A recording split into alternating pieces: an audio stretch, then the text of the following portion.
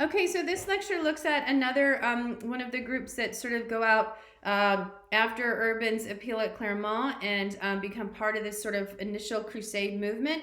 This is the German Crusades. So they start out with Peter the Hermit, but then eventually, as he continues on southward, they sort of diverge and end up in Rhineland and in Hungary, the Kingdom of Hungary. This crusade ends up targeting members of the Jewish communities there. And so I've tried to include as many sort of contemporary images as possible to kind of help you understand how Jews were understood in medieval Christianity and how they were sort of represented. And so this is clearly an image that does just that. You can see the individual who is standing up, sort of holding up his hands, is intended to be the representation of a Jewish man. We can tell that in part because of the pointed cap, a Phrygian cap, that became sort of the iconic symbol of Jews in the Middle Ages. Also, there was a tendency to sort of characterize the features of Jews, and we'll see some more examples of that moving forward. This particular image, though, however, is also intended to inflate this sort of mindset that sort of explains what happens on the German Crusade. They are targeting Jews in part, although the church was very clear that the target of the crusade was intended to be Muslims. Some people on the ground, members of the laity, sort of did not get that message. And for them, this sort of catch-all heretic, non-believer, non-Christian term would have included Jews as well as Muslims. And so you can see the man who has sort of his hand on his chest is a Muslim. So for a lot of the sort of the laity, this distinction was really sort of not clear for them. And Jews were just as viable targets for any sort of movement to unify Christendom and expel any sort of non-believers. So why not target Jews? So the People's Crusade, then, we've looked at before, and a few sort of attempts to explain why this happens the way it happens is in part Urban's audience is not super clear. In some of the accounts of his speech at Clermont, he says, I'm just talking about knights and nobles and people who have the means to go and the ability to protect themselves. In other places, it seems like he's opening it up to everybody, to non-combatants as well. And so clearly this sort of resonates with this particular part of the population that is moved by this appeal and wants to be sort of a part of this endeavor. Peter the Hermit in particular, we think, sort of speaks in apocalyptic language. There's a second coming. In part, you're preparing. But we also know that Peter sort of delegates some of these preaching responsibilities to some local preachers, and they sort of go off on their own and preach to some of these communities in France. And because the sources are really limited, we just have no idea what they're saying. But they're clearly sort of connecting with sort of some beliefs latent in the medieval peasant population about sort of Jews, anti-Semitic tropes, and then sort of conflating all of these different non-Christians within the same group as someone who becomes a viable target for the Crusaders. And so while we do see language like Turks and Saracens in that call to crusade, we also see much more general references to heretics and unbelievers. And so for many Christians, they would have said, well, Muslims and Jews, what's the difference? They're all non-Christians. So they did not make the distinction that the Catholic clergy would have made. And so they're just acting from this place of sort of Christian fervor, of desire to unify the Christian community and eliminate any non-believers they might be able to find. And for them, it sort of seems like, well, why go all the way to Jerusalem to find these unbelievers when we have unbelievers right here, sort of within the confines of Western Europe?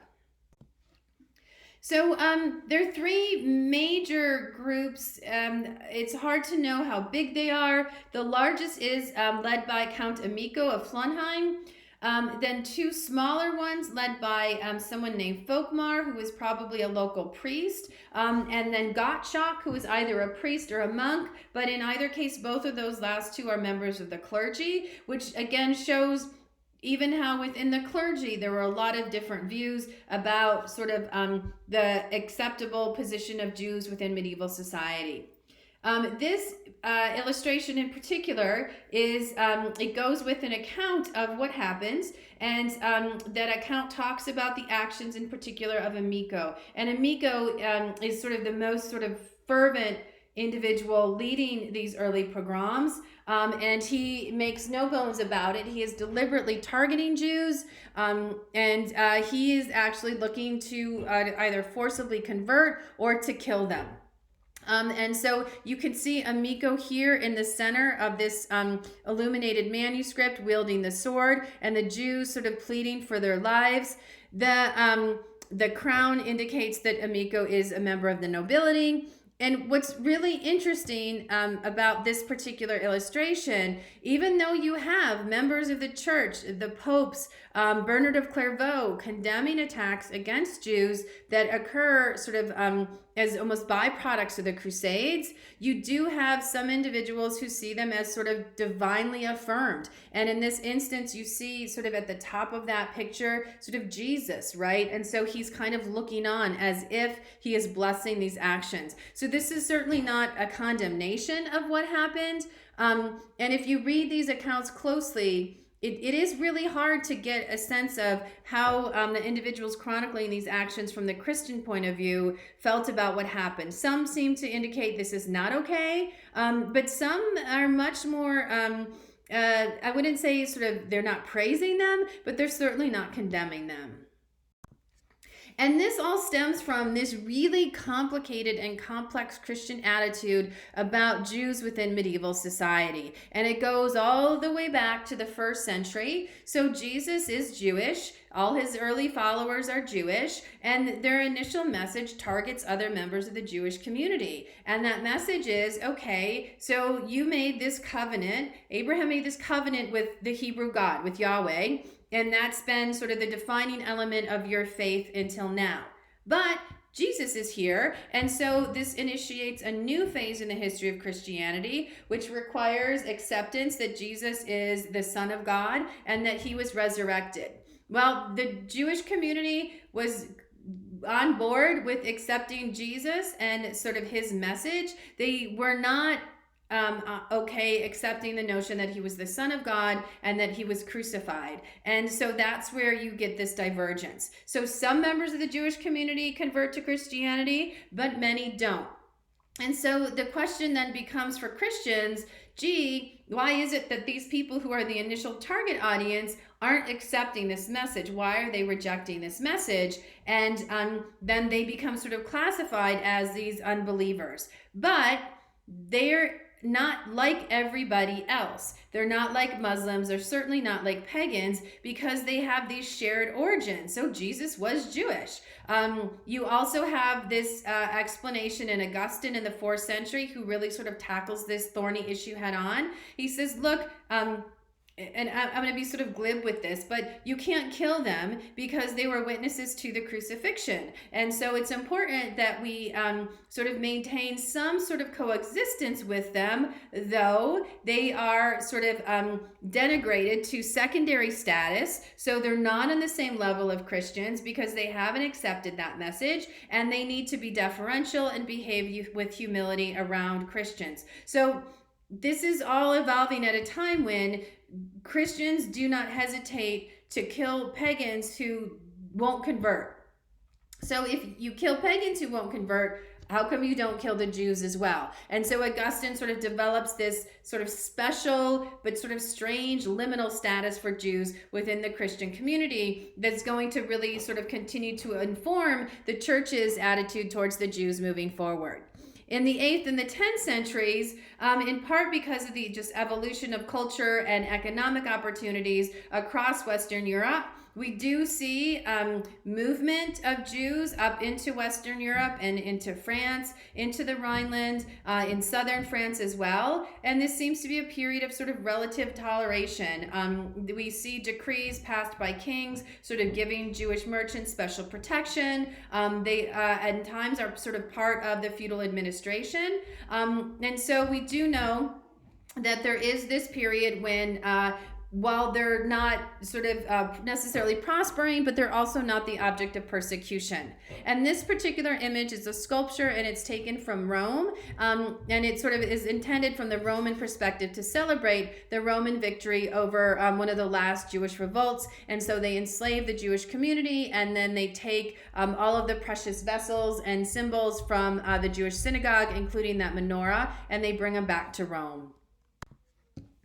So increasingly, though, as feudal society becomes more structured and institutions emerge, the situation of members of these Jewish communities becomes much more complicated and much less secure. And in particular, there is this sort of evolution of a system where the Jews within a particular area are understood as directly dependent upon secular rulers. So you'll actually see words in documents describing the king's Jews. So they're not slaves, they're not owned, but they're dependent upon him. And this can go both ways. When things are good, they are offered protection. So the king protects them. And obviously the king is an extraordinarily powerful individual. So that is not the worst sort of arrangement to be in. Unfortunately, when things don't go well and they don't have the protection of those secular rulers, they become really, really vulnerable. One of the reasons is they have these separate legal systems. So, for example, in France, the Jewish communities will have their own law courts. That obviously works to their advantage in giving them autonomy, but if a member of the Christian community commits a crime against a member of the Jewish community, things get very confusing and are not going to be resolved in the best interest of the members of the Jewish community because of this sort of hierarchy that's in place. They are associated in part with debt collecting. So a lot of the times Jews become involved in tax collection, and they become then the face of taxation. And so a lot of the times anger at the king, who is the one that sort of requested the tax, is directed at the Jewish man who's actually in charge of give me your money. And so then they become sort of targets that way of Christian animosity. They're also excluded from the feudal system because this is a Christian system, so they cannot take oaths, they can't swear oaths, which means, because these are Christian oaths sworn on relics and Bibles and churches, so this means they can't own property, and they cannot enter into that lord-vassal relationship that sort of provides that network of sort of governing systems in the West. This is an early depiction. It's actually like a cartoon on a piece of parchment that was produced by the Exchequer in England, so the financial offices of the king. And so you can see these extreme caricatures of Jewish people, the association with sort of money lending, and also sort of on the right there, the association with sort of the devil. So in part because of this liminal status, we start to see Jewish communities sort of confined to particular areas within larger cities. This was in part done for their protection. There were walls around usually the Jewish quarter. Everyone could sort of live together and support each other that way. But then it also sort of set them apart as different. We talk about two different sort of strains of Judaism. Ashkenazi Jews are sort of north Jews from the north and from Western Europe. So England, France, Germany, and Eastern Europe.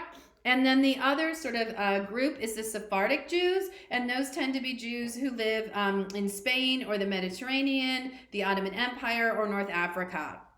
And in part because of their own sort of dietary laws, what it meant to eat kosher, also to discourage intermarriage with non-Jews, we do see that Jews within these wider Christian communities are sort of increasingly isolated and set apart. They would have been very much distinct in terms of identity, but also cultural practices.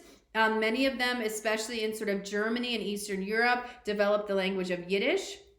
And so this also sort of further distanced mentally and conceptually Jews from other members of these European societies. So not only did you see them as different because of their religious practices, but there were a lot of social practices that would have sort of separated and divided these communities as well.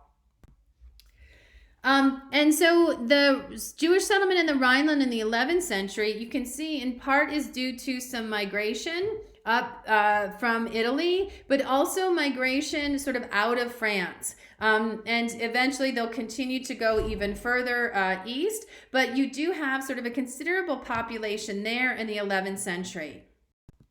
And many of these communities are flourishing. They're very active in trade. They're important sort of agents. A lot of leading members of the Jewish community are merchants. They also engage in money lending. Christians can't lend money to other Christians and charge interest.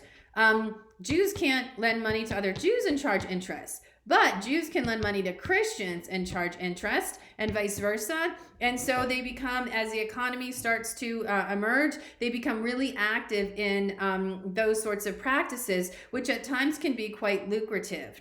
We see signs in these Rhineland communities of an incredibly vibrant intellectual and cultural life. This is a manuscript, an illuminated manuscript. It's actually an example of Torah.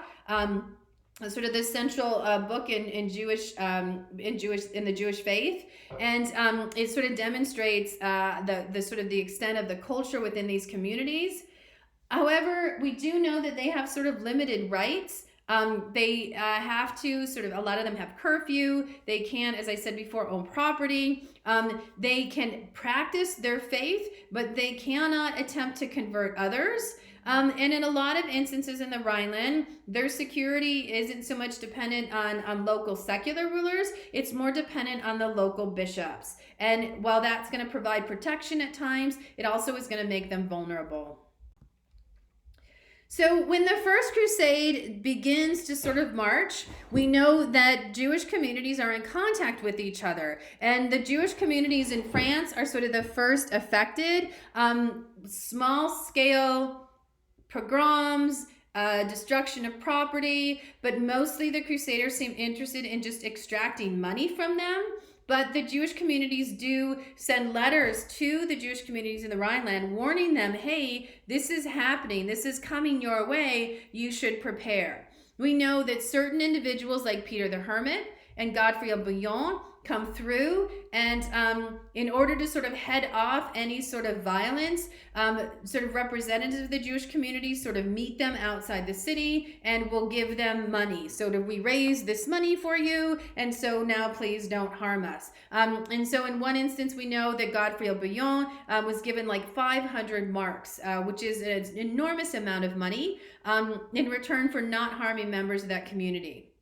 They do request aid from the Holy Roman Emperor, Henry IV, who's pictured here. He is in Italy at the time.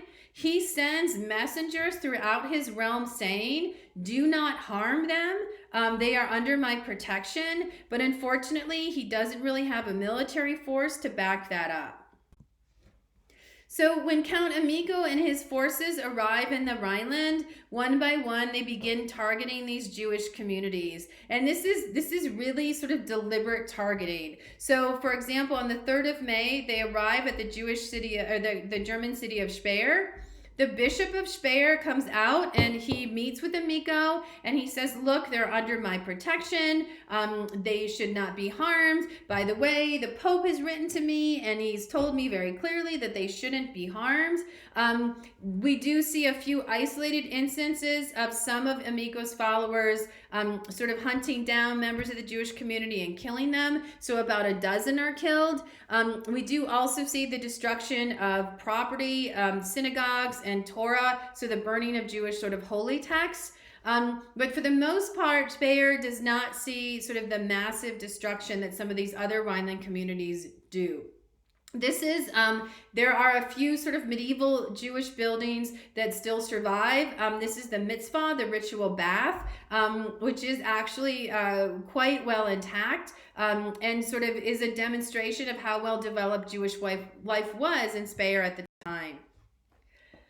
The people of Worms were not so lucky. On the 18th of May, Amico and his army then reached the city of Worms.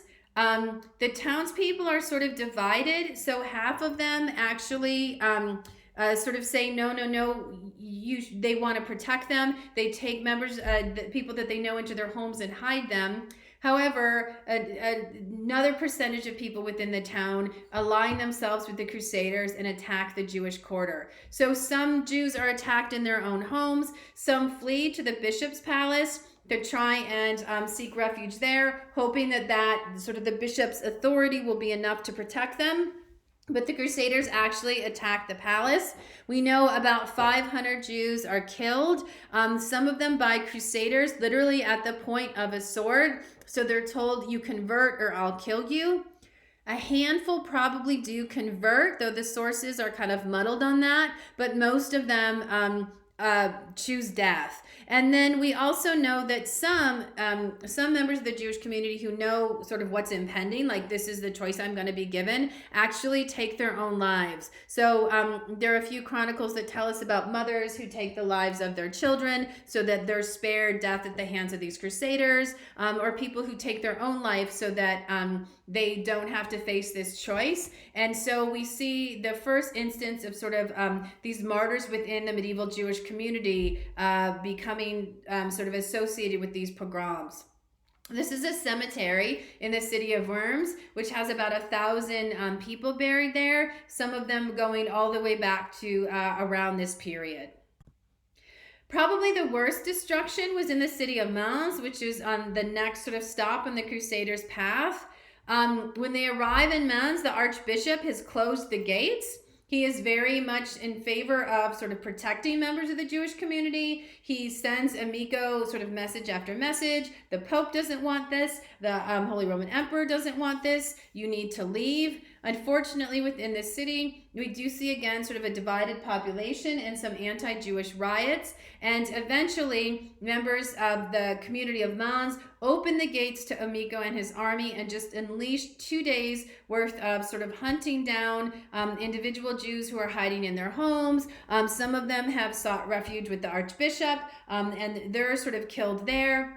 At least, probably more, but at least 1,000 Jews we know are slain, some of them taking their own lives to avoid this sort of horror. And the most detailed sources of these pogroms in the Rhineland actually come from Jewish authors themselves. So after the fact, accounts of what happened, probably removed by about one generation. And you can see in this particular image, one of the things that happens, so this is a Jewish account, one of the things that happens is the Jews are in the bishop's palace and it's set on fire. And the Latin term for this is Holocaustum. And so this is the origin of the term Holocaust, which is death by fire. And so we see some of these sort of elements of the anti-Semitism that's going to sort of remain in Germany for centuries.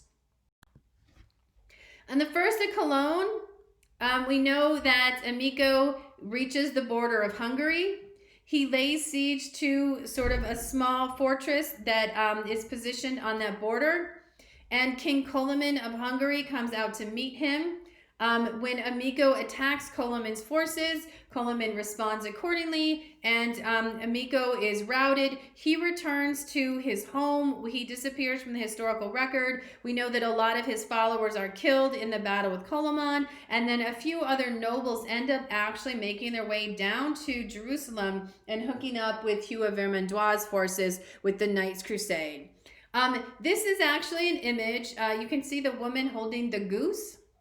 We know from a few different sources, including Fulcher of Char and also Guibert of Nogent, that there was a woman, a nun, who was with Amico's sort of followers, and she had a goose that she carried that she believed was the embodiment of the Holy Spirit, and that it was telling her that she needed to go on this journey and sort of assist in the elimination of Jews from within the Christian population. We do not know exactly what her fate was or the fate of the goose, though Guibert seems to suggest that when the army began its retreat, the goose was literally cooked.